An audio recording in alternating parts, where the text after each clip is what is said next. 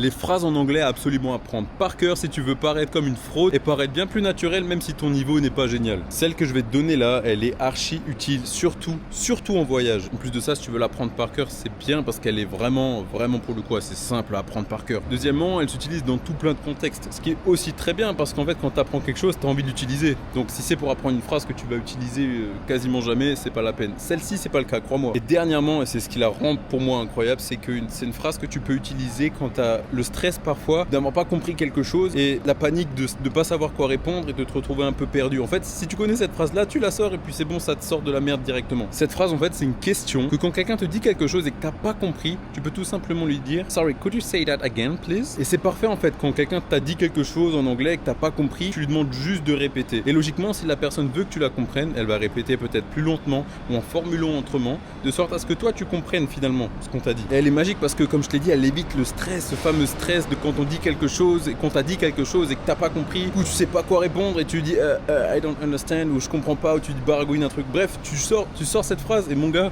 là t'auras la classe. Et en plus de ça, au final, tu auras sûrement compris ce que la personne t'a dit.